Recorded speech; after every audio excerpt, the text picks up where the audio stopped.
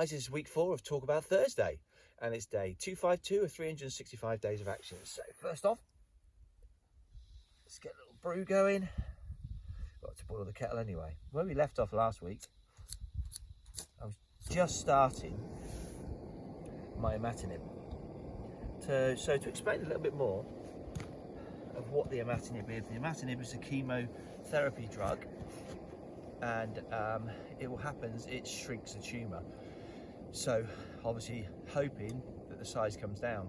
At the moment the size is diameter, easy way to explain, is a cricket ball, or probably a little bit smaller, more like a tennis ball at the moment, inside by the duodenum in the lower bowel. So with that in mind, the imatinib hopefully is going to do the job and shrink the tumour. So we go into, I've been on it now a couple of weeks now, so we go back in to see the consultant and he gives me some descriptions of what's going to happen. So descriptions were, what you're going to do is, so you can have the operation now, Joe, or you can, as it is at the moment, take it out. That's quite an invasive operation and it's a little bit harder to do, but we can do that. Or you can take the imatinib for a year and let it shrink, and then it might be an easier operation to obviously take it out for the surgeon. Less invasive. I don't think it's a big decision to make really. So my wife quickly spoke and says, yeah, we'll take the option as well. But on the other hand we've got a holiday booked in, this is now going into June, and so in July we've got a holiday booked to go to Egypt, and at the time I was teaching diving, so from technical diving and recreational diving as well, and the consultant says I wasn't allowed to dive anymore, so I was had to get permission to be able to go on holiday.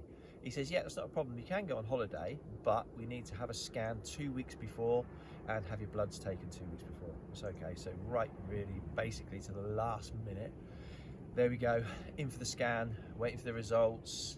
The imatinib was working. I've been on it over a month now, so over 6-7 weeks, so it was actually starting to work, which is brilliant, and I didn't have any side effects as such other than dry eyes, which is brilliant. So then the bloods came back and they were all good. They were going in the right direction as well. So the iron wasn't low, and other things that they checked for as well.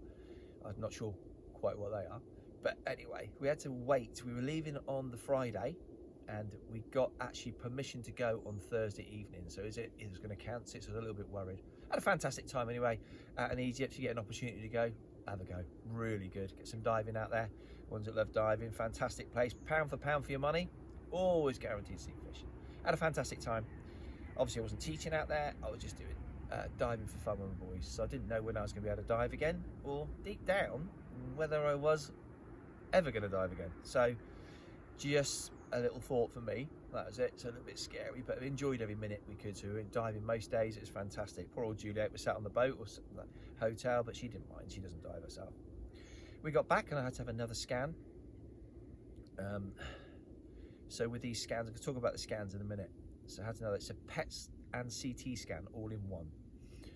So I had that done, and it was still shrinking, which is good, and I had my bloods done. Now this time I was having my bloods done every 3 weeks. So now this is the start of August now, and my bloods were being done, but they were going to take it back. So every 3 weeks, and then move it for a 3-month scan. So I was kept an eye on all the time. They are brilliant down there in Southampton. I'm sure they are everywhere, as the NHS do a fantastic job. But they kept me informed of what was going on all the time. For those who haven't had a CT cum PET scan, I spoke a little bit about last week, is having some radioactive glucose injected in you. So the first thing you do is obviously go in and book in. You have to fast for 6 hours before that. I'm not good with that. I'm hangry, as you could say. I need my food with this. So with that in mind, we went in there, booked in, off we go. I had many before, but just to give you an insight of what goes on, fill some forms out, and then you get taken to a cubicle. Then you get in the cubicle, they have a cannula put in your arm when they can find the bloods. Make sure you're taking plenty of water before you have any bloods taken or anything. That's so much easier for yourselves. So I found out a few months later. It's much easier, because when I go into hospital, my veins disappear for some reason. Fear, I think.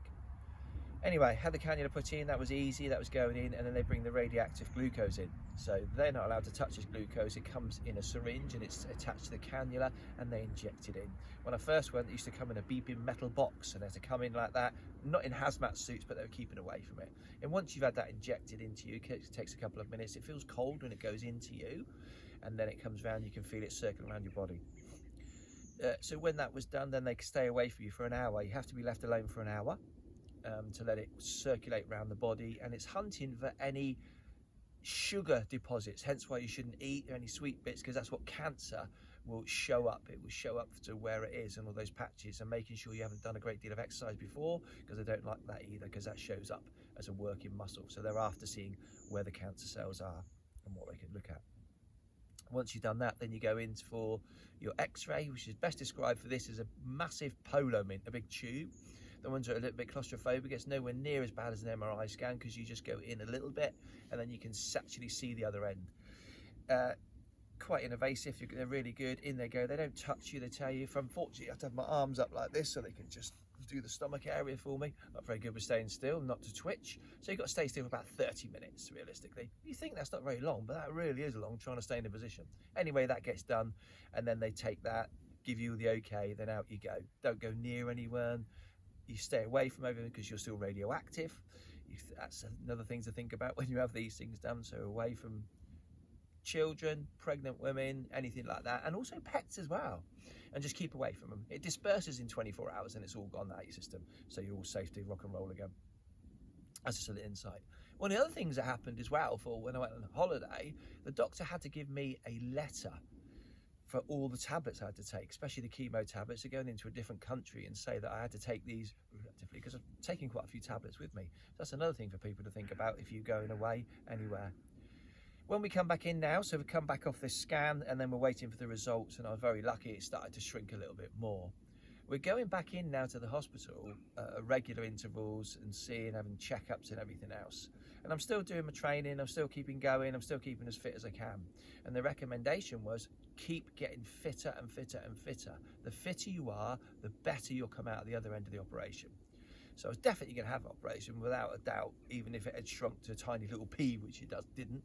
But that's it. I've still got to have those bits taken out to make sure they've got it all. And obviously that little bit as well on the liver has got to be taken out and scraped away. So we're into August now and we're heading towards September, so it's regular intervals. Everything's going really quite well. I still have my ups and downs though of what's going to happen, how's it going to react, and I started to get my affairs in order. I know it's not a good thing to think of, but you do start to get your affairs in order and see what happens, and you're thinking of the worst case scenario. I was thinking of the worst case scenario subconsciously, I think, and others. But I was lucky, I had massive support around me, and just to keep pushing. And for anyone who knows Juliet, there's no way she's going to let you sit on your laurels, which is fantastic for me. I just need to keep going and keep getting out and doing lots of exercise. Any questions, guys, you have? We're going to stop it there because I can see that my kettle's boiled now. Just going to grab a tea bag, get it in there. We're going to stop now, so we're back on the way. So we're into September, October now, and we're still having scans. We're going to now regular intervals all the time, and just getting into doing the scans and getting used to going to the hospital all the time into it. The next thing we've got to do is actually got to go and see the surgeon. We're going to see the surgeon in December. So we're going to stop it there. Finish up and leave it, so then we're going to go and see what the surgeon has to say in section 5 when we speak about it next week. Any questions that you may have about this, or if I can help you in any way, please don't hesitate to contact me. It's on oldboystraining.com. You can text, email, and I'll get back to you as soon as I can. Thank you very much, guys. Hope you're enjoying it. Hope it's giving somebody a little bit of insight. Don't be afraid to go. Whatever you think is wrong, just call somebody up, speak to somebody. Don't let it mull around. If you've got something going on, try and get it sorted out as quick as possible. The quicker you get it sorted, the less action you have to take. Thanks very much, guys. Keep pushing. Don't ever give up.